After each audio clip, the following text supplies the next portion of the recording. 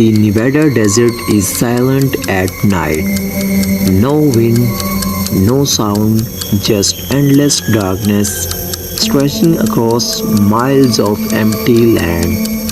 But somewhere deep within that darkness lies a place that officially doesn't exist. A place the government denied for decades. Area 51. It was 2:43 a.m. when Ethan Cole parked his car on a desert dirt road miles away from the nearest town.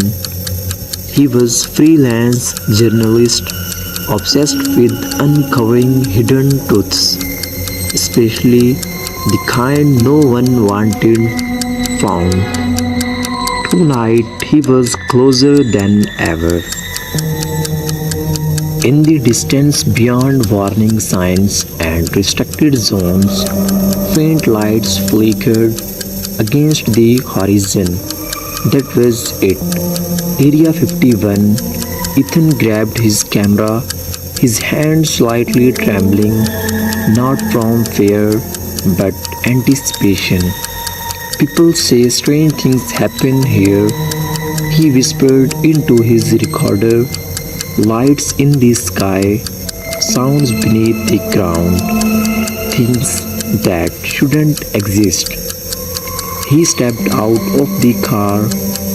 The air felt different, heavier, like something was watching.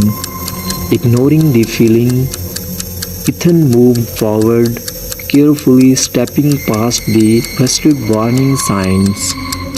Restricted area, use of deadly force authorized. He paused for a moment, then kept going. About 20 minutes later, he reached a small ridge overlooking a section of the base. What he saw made his breath stop.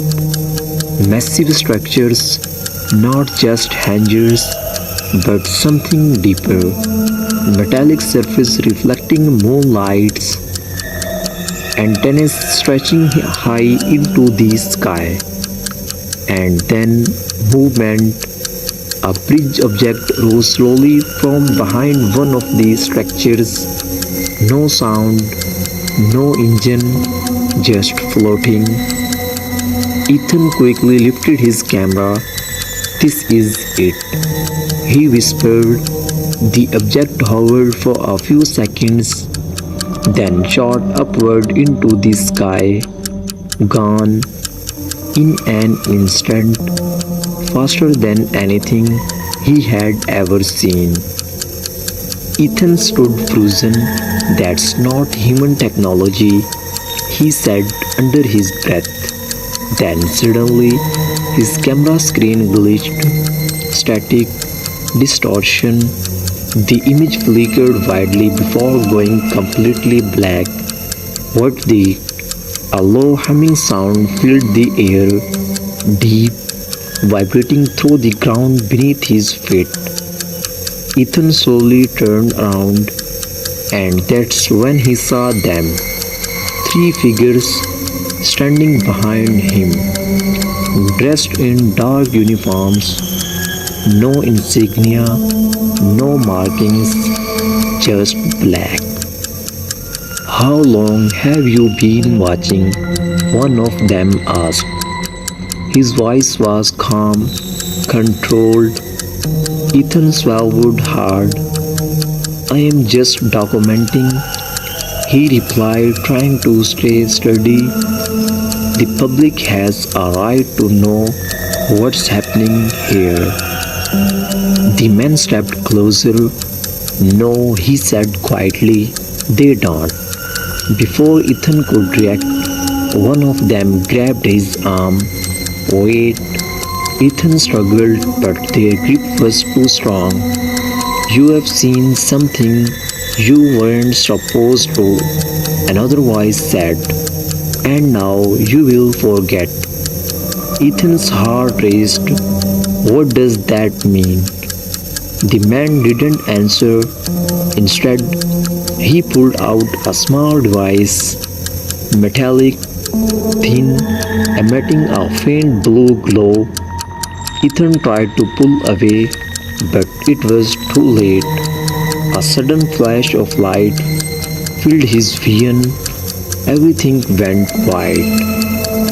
Ethan woke up the next morning. Inside his car, the sun was already rising over the desert. For a moment, he just sat there, confused, disoriented. What happened? His camera lay beside him. He grabbed it quickly, turning it on. Nothing, no footage, no recordings, completely empty. Like the night never existed, Ethan stepped out of the car, scanning the area.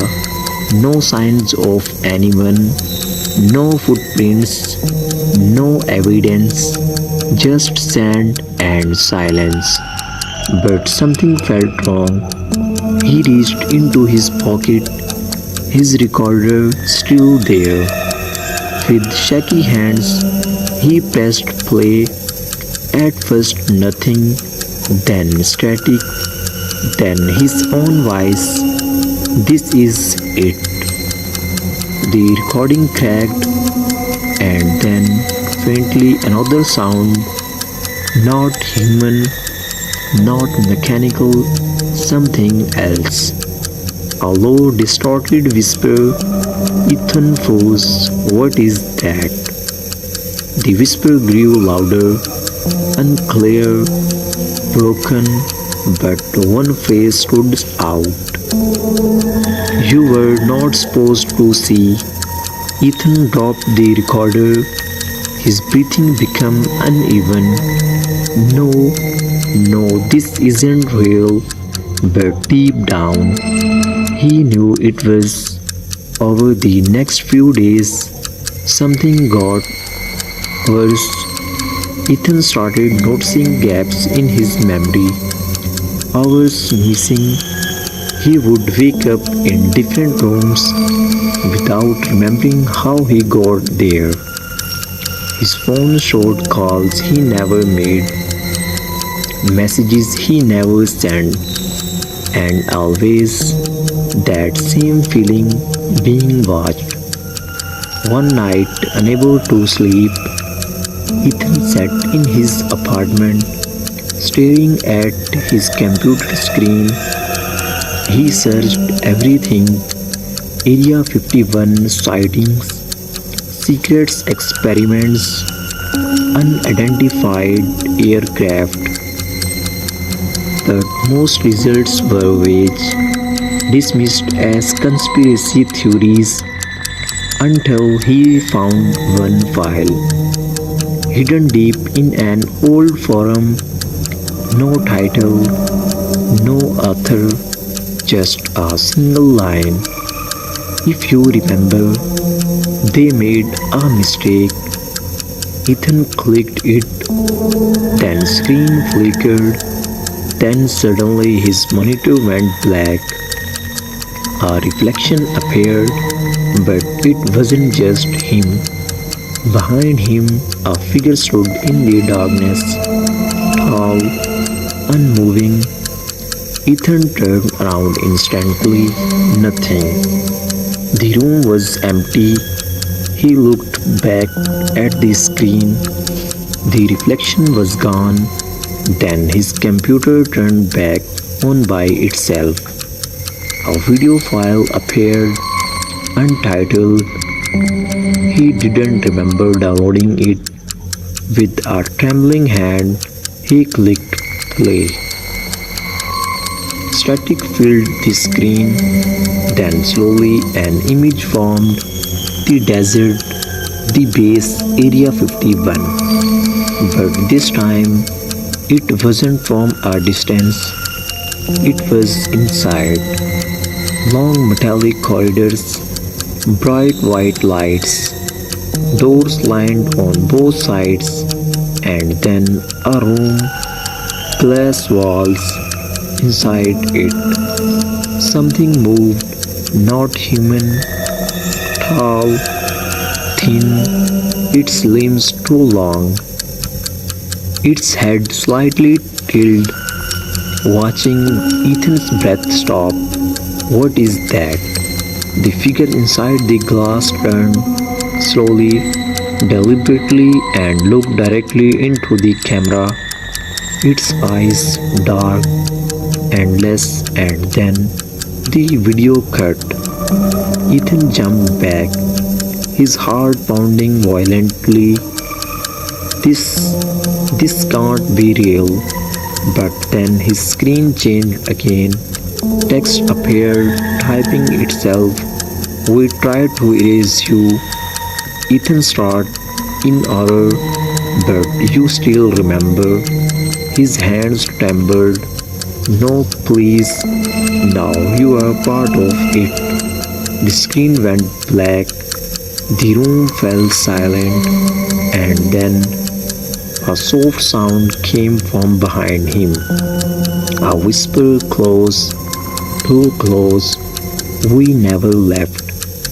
Ethan slowly turned his head, and that's when he realized the truth about Area 51 isn't what they are hiding, it's what escaped. And once you see it, it never lets you go.